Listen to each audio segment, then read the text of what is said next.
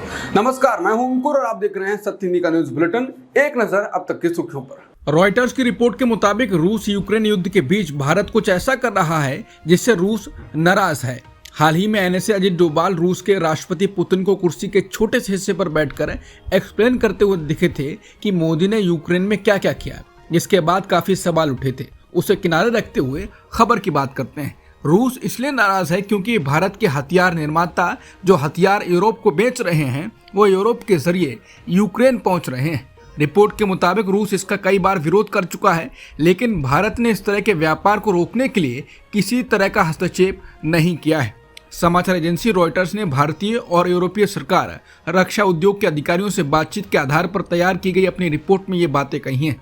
3 भारतीय अधिकारियों ने रॉयटर्स को बताया कि रूस ने कम से कम 2 मौकों पर इस मुद्दे को उठाया है। जुलाई के महीने में रूसी विदेश मंत्री सर्गेई लावरोव ने इस मुद्दे को विदेश मंत्री एस जयशंकर के समक्ष उठाया था।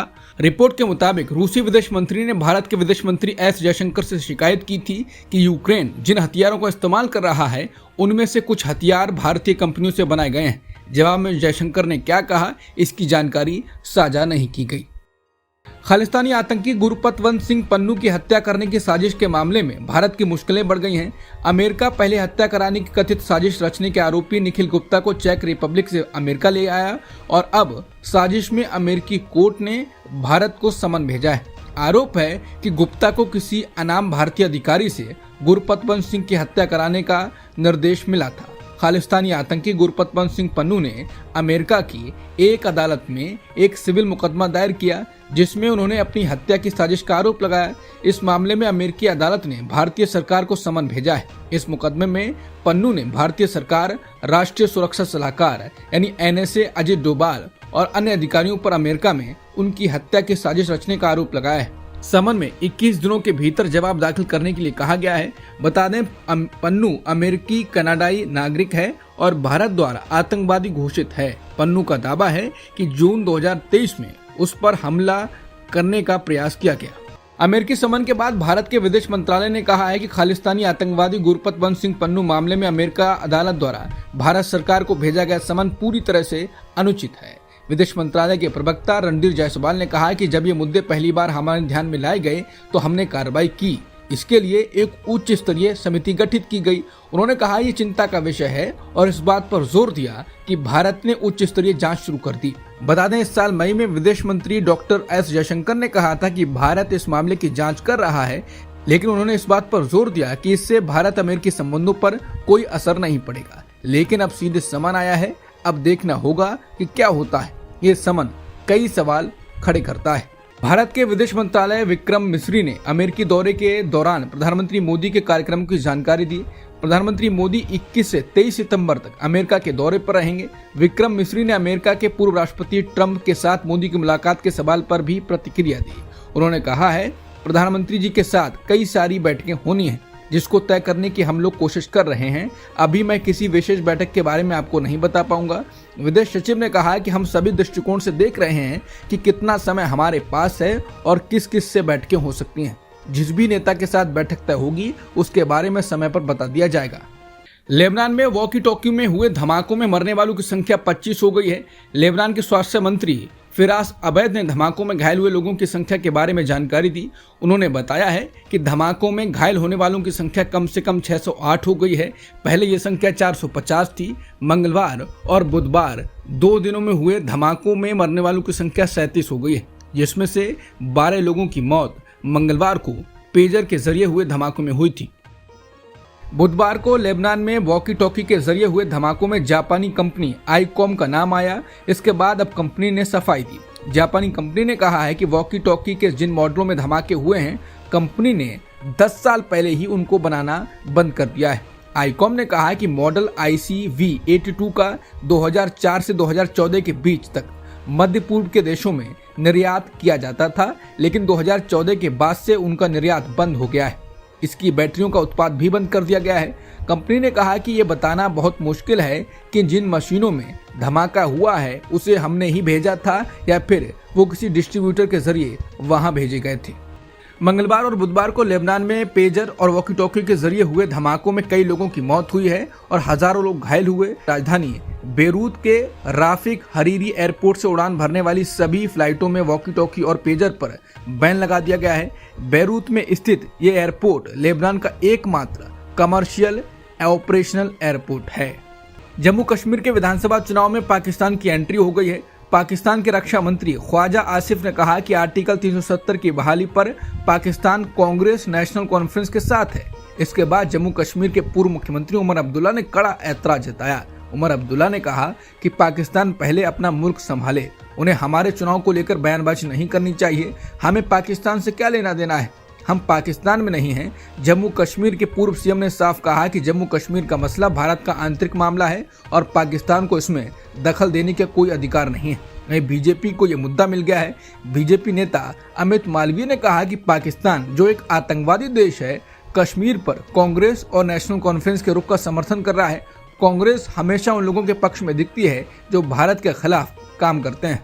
जम्मू कश्मीर पर पाकिस्तान के रक्षा मंत्री के बयान को बीजेपी ले उड़ना चाहती है।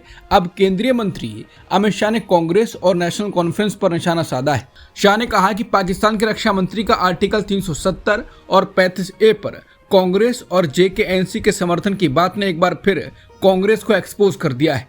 उन्होंने कहा, इस बयान ने पुनः यह स्पष्ट कर दिया है कि कांग्रेस और पाकिस्तान के इरादे भी एक हैं और एजेंडा भी। पिछले कुछ वर्षों से राहुल गांधी देशवासियों की भावनाओं को आहत करते हुए हर एक भारत विरोधी ताकतों के साथ खड़े रहे हैं। गृहमंत्री ने कहा कि एयर स्ट्राइक व सर्जिकल स्ट्राइक के सबूत मांगने हों या भारतीय सेना के बारे में आपत्तिजनक बातें करनी हों, राहुल गांधी की कांग्रेस पार्टी और पाकिस्तान के सुर हमेशा एक रहे हैं और कांग्रेस का हाथ हमेशा देश विरोधी शक्तियों के साथ रहा है। उन्होंने कहा कि लेकिन कांग्रेस पार्टी और पाकिस्तान ये भूल जाते हैं कि केंद्र में मोदी सरकार है, इसलिए कश्मीर में ना तो आर्टिकल 370 वापस आने वाला है और ना ही आतंकवाद। लोकसभा में विपक्ष के नेता राहुल गांधी को केंद्रीय मंत्री रवनीत सिंह बिट्टू ने देश का नंबर 1 आतंकी कहा था। अब इस मामले में बिट्टू के खिलाफ FIR दर्ज हो गई है। FIR कांग्रेसी नेताओं ने बेंगलोर में दर्ज कराई है। बता दें, कांग्रेस राहुल गांधी को धमकी पर धमकी दिए जाने के मामले को मजबूती से उठा रही है। लोगों का कहना है कि ऐसा माहौल बनाया जा रहा है कि कोई सिरफिरा आदमी कुछ भी कर सकता है। इस घटना पर बात करते हुए महात्मा गांधी की हत्या कैसे की गई थी वो याद दिलाई जाती है। अब बेंगलोर में बिट्टू नपे हैं। देखते हैं अब बात आगे कैसे बढ़ती है। हाल ही में सुप्रीम कोर्ट के जज के पद से रिटायर हुई जस्टिस हेमा कोहली ने कहा है कि जजों को अपनी धार्मिकता पब्लिक डोमेन में नहीं लानी चाहिए। एक इंटरव्यू में जस्टिस कोहली ने कहा कि जजों को अपनी धार्मिकता को सार्वजनिक डोमेन में नहीं लाना चाहिए।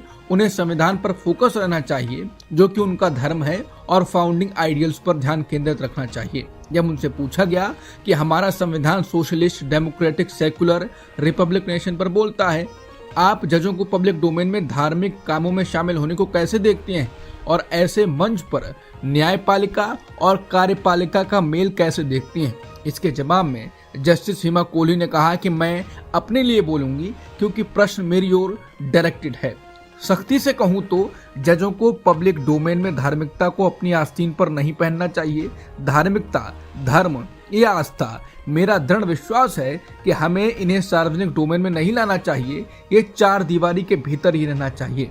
उन्होंने कहा कि जजों को कभी भी लोगों को ये आभास नहीं देना चाहिए कि उनका व्यक्तिगत झुकाव न्याय देने में हस्तक्षेप कर सकता है। उन्होंने कहा कि उन्होंने कभी भी अपने परिवार के बाहर किसी को भी अपने निजी क्षेत्र यानी प्राइवेट डोमेन में आने की अनुमति नहीं दी है।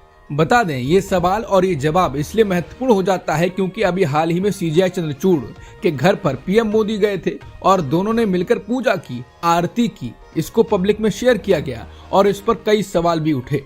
पत्रकार मुकेश कुमार का जस्टिस हेमा कोहली के जवाब पर कहना है कि चीफ जस्टिस DY चंद्रचूड़ को आईना दिखा रही हैं जस्टिस कोहली। बता रही हैं क्यों जजों को अपनी धार्मिकता का प्रदर्शन नहीं करना चाहिए। अभी तक चंद्रचूड़ ने बताया नहीं है कि मोदी को उन्होंने क्यों बुलाया या क्या वो बिन बुलाए आए थे।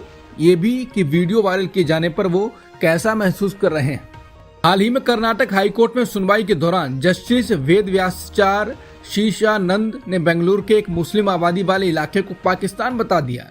जज ने पश्चिम बेंगलुरु के एक सब लोकेलिटी गोरीपाल्या के बारे में बोलते हुए ये बात कही। इसका वीडियो वायरल हो रहा है जिसमें वो कह रहे हैं कि मैसूर रोड फ्लाईओवर पर जाएं, हर ऑटो रिक्शा में 10 लोग हैं। ये लागू नहीं है क्योंकि गोरीपाल्या से बाजार की ओर जा रहा मैसूर फ्लाईओवर भारत में नहीं बल्कि पाकिस्तान में है। ये सच्चाई है। चाहे आप वहाँ कितना भी सख्त पुलिस अधिकारी क्यों ना रख लें, उन्हें वहाँ पीटा ही जाएगा। जस्टिस शीशानंद का ये वीडियो वायरल हो रहा है और इसने आक्रोश पैदा कर दिया है। लोग आलोचना कर रहे हैं और सवाल उठा रहे हैं कि संवैधानिक पद पर बैठा व्यक्ति इस तरह की टिप्पणी कैसे कर सकता है। हरियाणा चुनाव के लिए कांग्रेस के बाद अब बीजेपी ने भी अपना घोषणा पत्र जारी कर दिया है। पार्टी ने इसे संकल्प पत्र नाम दिया है। इसमें बीजेपी ने हरियाणा की जनता से 20 वादे किए हैं। घोषणा पत्र में कहा गया है कि बीजेपी हरियाणा में अगर आती है तो वो हर महीने महिलाओं को लाडो लक्ष्मी योजना के तहत 2100 रुपए देगी। इसी के साथ सरकार 24 फसलों की घोषित एमएसपी पर खरीदेगी। हर हरियाणवी अग्निवीर को सरकारी नौकरी की गारंटी दी जाएगी। बीजेपी ने अपने संकल्प पत्र में 20 वादे किए हैं। इस अवसर पर बीजेपी के राष्ट्रीय अध्यक्ष जेपी नड्डा भी मौजूद रहे। इस दौरान सूबे के मुख्यमंत्री नायब सिंह सैनी ने कहा, यह घोषणा पत्र चुनावी नहीं है। केंद्र सरकार में वन नेशन वन इलेक्शन की रिपोर्ट पर अपनी मोहर लगा दी है। बुधवार को केंद्रीय कैबिनेट ने इस पर बनाई गई एक उच्च स्तरीय कमेटी की सिफारिशों को अपनी मंजूरी दे दी है। अब केंद्र सरकार के इस फैसले पर दिल्ली के पूर्व मुख्यमंत्री अरविंद केजरीवाल बोले हैं। केजरीवाल ने वन नेशन वन इलेक्शन को बीजेपी का जुमला बताते हुए कहा कि देश में वन नेशन वन एजुकेशन होनी चाहिए, ताकि जो शिक्षा करोड़पति बच्चों को मिलती है वही आम आदमी को भी मिल सके। देश में वन नेशन वन इलाज होना चाहिए। दिल्ली के पूर्व मुख्यमंत्री केजरीवाल ने कहा कि मैं कहता हूं कि हर महीने चुनाव होने चाहिए, क्योंकि जब चुनाव होता है उसी वक्त नेता जनता के काबू में रहते हैं और उनका काम करते हैं। देश में वन नेशन वन इलेक्शन को लेकर चर्चा और तेज हो गई है। केंद्र की मोदी सरकार ने रामनाथ कोविंद वाली कमेटी के सभी प्रस्तावों को मंजूरी दे दी है। ऐसे में अब वन नेशन वन इलेक्शन को लेकर बिल लाने की तैयारी है, लेकिन ये इतना आसान है नहीं। असल में अभी एक लंबा रास्ता तय होना है। इसमें सभी को साथ लेकर चलने की जरूरत तो है ही, इसके ऊपर संविधान में संशोधन भी करना होगा। असल में सबसे पहले सरकार को अपने बिल को 2 सदनों में पारित करवाने की जरूरत होगी। दोनों लोकसभा और राज्यसभा में 2/3 बहुमत के साथ बिल को पारित करवाना होगा। इसके ऊपर इसमें क्योंकि सभी राज्यों को भी भागीदारी रहने वाली है, ऐसे में 15 राज्यों की विधानसभाओं की मंजूरी भी जरूरी होने वाली है। जानकार मानते हैं कि बिल को दोनों सदनों में पारित करवाने के बाद भी संविधान में संशोधन का काम रह जाएगा। कुल 18 संशोधन करने पड़ सकते हैं, तब जाकर एक फ्रेमवर्क तैयार होगा जिसके तहत देश में एक देश एक चुनाव करवाया जा सकता है। भारत और बांग्लादेश के बीच आज खेले गए पहले टेस्ट मैच के पहले दिन का खेल खत्म होने तक भारत ने 6 विकेट के नुकसान पर 339 रन बनाए हैं। बांग्लादेश ने टॉस जीतकर भारत को बल्लेबाजी के लिए बुलाया, लेकिन भारत के शुरुआती बल्लेबाज कुछ खास नहीं कर पाए। भारत ने महज 34 रन पर 3 विकेट गंवा दिए। भारत का चौथा विकेट 96 रन पर गया। 42 ओवर तक भारत का स्कोर 144 रन पर 6 विकेट था। उसके बाद बैटिंग करने आए भारतीय ऑलराउंडर रविचंद्रन अश्विन ने रविंद्र जडेजा के साथ मिलकर टीम की लड़खड़ाती हुई पारी को संभाला। अश्विन ने बांग्लादेश के खिलाफ चेन्नई टेस्ट में 108 गेंदों में सेंचुरी लगाई है। टेस्ट मैचों में ये उनका 6ठा शतक है। कप्तान रोहित शर्मा 6 रन बना पाए, शुभमन गिल 0, विराट कोहली 6 और केएल राहुल 16 रन ही बना पाए। अब तक की सुर्खियों में इतना ही। बाकी खबरों के लिए बने रहिए सत्यहिंदी.com के साथ।